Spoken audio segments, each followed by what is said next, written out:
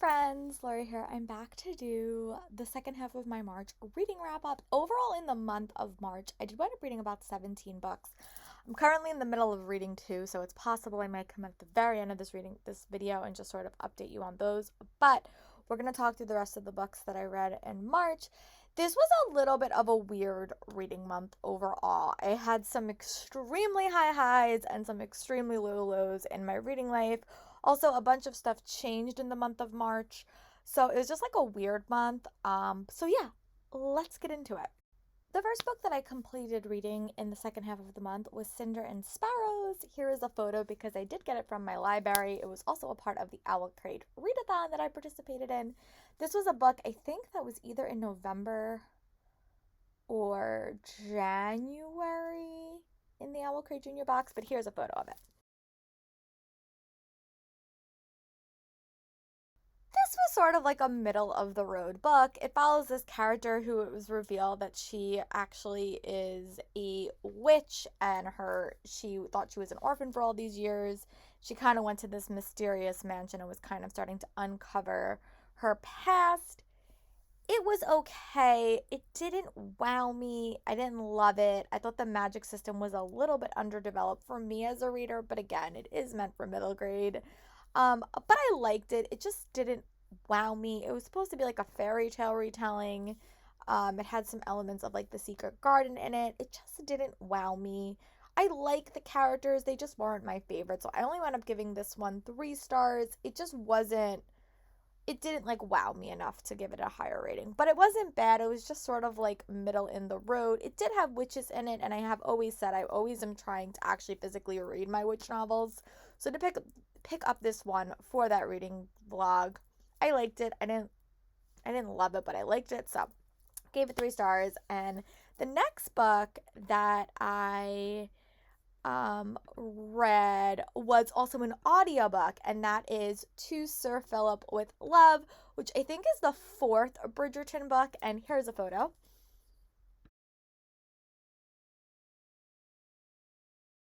This book follows Eloise, and she winds up going somewhere to sort of find a husband. In a sense, it's a little bit more complicated than that.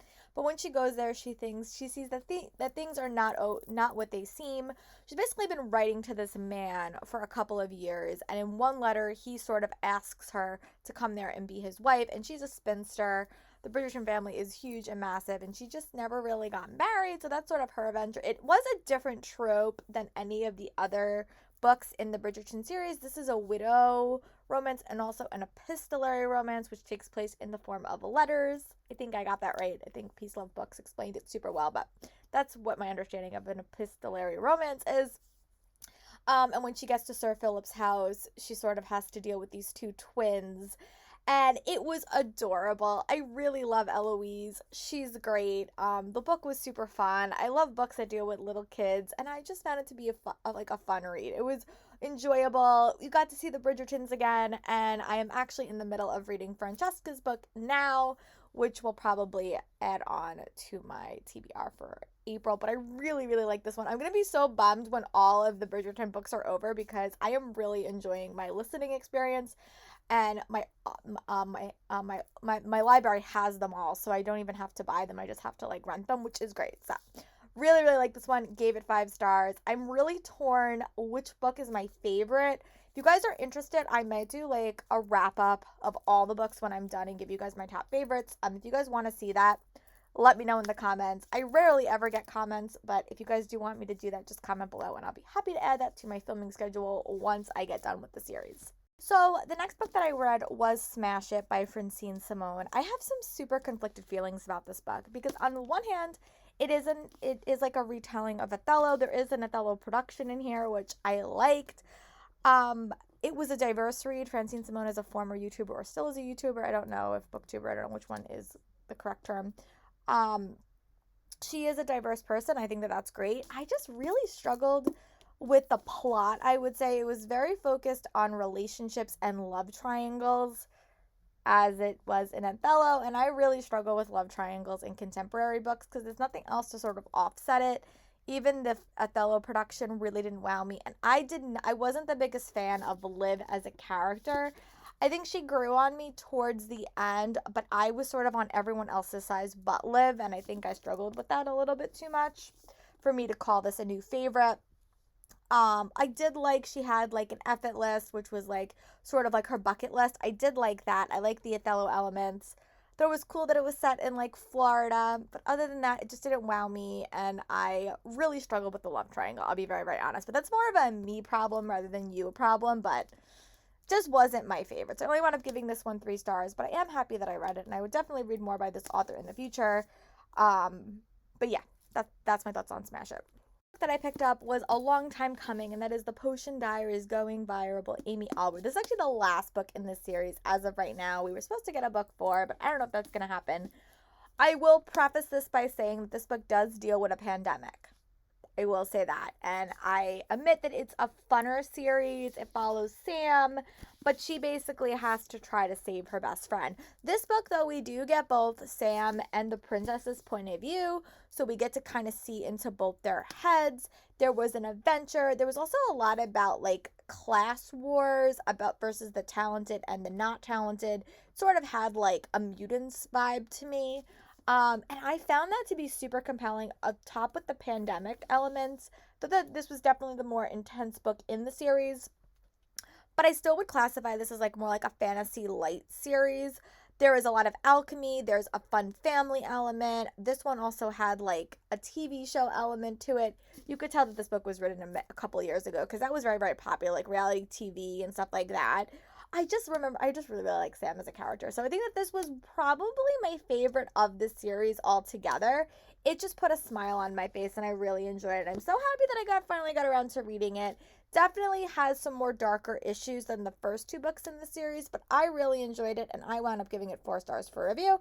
And if you're looking for kind of like an under the radar series, I talked about this in my series you probably never heard of video, I would check out this book. The first book is called The Potion Diaries. It was originally called Madly. It's Potion Diaries, Royal Tour, and then Going Viral. And I would definitely recommend it. So, yeah. And now on to my next read. My next read did come from my Shelfie challenge, and that is Etiquette and Espionage by Gail Carriger. This is actually her YA series. She does have an adult series called the Parasol Protectorate series. I thought this book was super fun. I wound up giving it 3 stars. It kind of reminded me a little bit of like Gossip Girl meets Regency romance, but you basically follow this girl named Sorafina. I'm probably saying her name wrong. And she winds up, her mom has kind of had it up to here with her, so she kind of sends her off to a finishing school, but little does her mom know this finishing school is not what she's expecting, and they're basically trained to be assassins and to kill people. It's also set in a world where there are monsters and werewolves and stuff like that. And as they're going to this school, they kind of get embroiled in this mystery. And the whole book is kind of her solving this mystery and getting through her first year at her finishing school. There is a cute pet that's involved. I have a thing about pets. As long as they're not in harm, I love it. I really like the girl dynamics in this book. There is about 4 books in this series. I do actually own them all. They're just in the shed, and we're getting our yard redone right now, so I can't actually have access to them. But I wound up giving it 3 stars. I would definitely read the other books in the series. I thought that this was a nice mix between Regency romance with like a hint of a mystery, because I do love that time period. I also read this month, I talked about in my earlier video, Chain of Iron, which I loved. So would not be up to Chain of Iron standards, but I really did like it, and it did kind of have some elements of like the City of Bones world in general. And I really liked it, so I wound up giving it 3 stars. And then my next book that I finished was actually my first nonfiction read that I read like physically, and that is Atomic Habits by James Clear. This is a book that just talks about habits, how to build good ones and how to break bad ones. I read it over the course of like 2 months. The chapters are super short. I heard about this from Alexa Loves Books. She recommended it, and I really, really liked it. I'm trying to do a few things this summer just to sort of build better habits. I've been working on my sleeping and, habit setting and goal setting and stuff like that. And this book really put it into super easy terms, and I liked it. So if you're looking for sort of a book about habit setting, I would definitely recommend this one. I read it in about a month. I read a chapter on the weekends when I had time. So, yeah, I actually really, really like this one, and I hope that you would consider checking it out. I thought he has a really, really fun voice, and I liked reading it. And then the last physical book, as of right now, that I finished reading was Wings of Ebony by J.L. This is a gods themed novel. And it follows a character named Rue. It also has some like Cruel Prince vibes. I felt a little bit Cruel Princey, but it basically follows this girl named Rue, and her mom is killed. They live in Texas. Her mom is killed in a gun shootout. And she's basically whisked away to this magical world because she is a half god.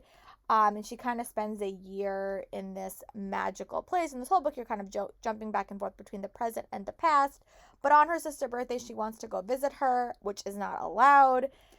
And some drama ensues as she's doing that. I found it to be a super compelling and heartfelt read. It does follow a main character who is an African American lead, and she is dealing with a lot. It's a very, I will admit, her head is super hard to be in at points. She's dealing with a lot of grief, and she's sort of dealing with the aftermath of both her home being destroyed by gang violence and just regular violence, and also going to this new place where she is basically the odd woman out because she's the only African American character in this community that she can see. That's really hard on her, and she's also dealing with the grief of her mother. It was a really heartfelt read. Being in her head was so impactful for me, and it sort of changed my view on a few things in general, and I really, really enjoyed it. I wound up giving this book 5 stars. I really liked her writing style. I think it's a girl. I could be wrong. I really liked the author's writing style. It was super compelling. It also had a mix of like Percy Jackson, but also like Mortal Instruments. It had a lot of different elements. It also had some elements of Divergent. So there was a lot of story elements that are sort of combined to make this story special and new and unique. But my definite part was definitely the more gritty side of the story that looked at gun violence and what that does to a community. I really, really liked it though, and I gave it 5 stars. My last the last ebook that I finished reading in this month was Fable by Adrienne Young, and here's a photo. So sorry for the rather abrupt change in my appearance. I filmed those clips earlier in the day, and then I went to go get my hair done. I got my hair dyed, and I actually wound up finishing 2 books in the process. But I do want to talk a little bit about Fable. I actually just finished that book yesterday, and I really enjoyed that book. It was a very, very like action adventure story that had no real supernatural elements, but was very, very action adventure. There's a girl named Fable, and she basically has to try to find her father after he left her on this island. And her and her family are involved in like the trading. They're involved in like seas and sails and stuff, and she winds up taking up with a crew to find her father. And a lot more happens in the story, but it was a super fast-paced read. There was a very, very minor romance in it that I really liked, but it was very much about the crew sort of becoming a crew, and I like that. I like books about ragtag bunches of heroes that have to come together to like save the day. Really, really like that one. Gave it 4 stars, maybe 4.5. I'm definitely going to check out Namesake in April because it's only a duology, and I'm really happy that I picked it up. So the last book that I physically read in March today is The Last Equation by Charlie Thorne. This was also from my Shelfie challenge. I was choosing like 2 books every single month. And this was the last one. So this is written by the kid that the guy that wrote like the Spy School series. I would say it's definitely like upper middle grade, but it basically follows this girl named Charlie, and she is a genius. And when an equation is revealed to have done by Albert Einstein, that could basically take over the world, like, basically obliterate the world. She has to go on a mission with a couple of FBI agents to sort of save the day. And it really just read to me as sort of like Spy Kids or like the 39 Clue series or any books like that. There was also chapters told not from Charlie's point of view, so it really did remind me of the structure of like a 39 Clue series. I have never read the Spy School series, but I really enjoyed it. I definitely did not want to put this book down. I was really invested in the characters and the story. It felt like I was sort of like watching an action movie. I also, as I said, was getting my hair done, so I pretty much read this whole book during today because I literally was getting my hair done for 3 hours, and I tend to read middle grades pretty quickly, and there was no supernatural elements. It was just like a typical story. It sort of reminded me of like Jake Ryan or a little bit like the Da Vinci's Code with Dan Brown, because it did talk a little bit more about Albert Einstein.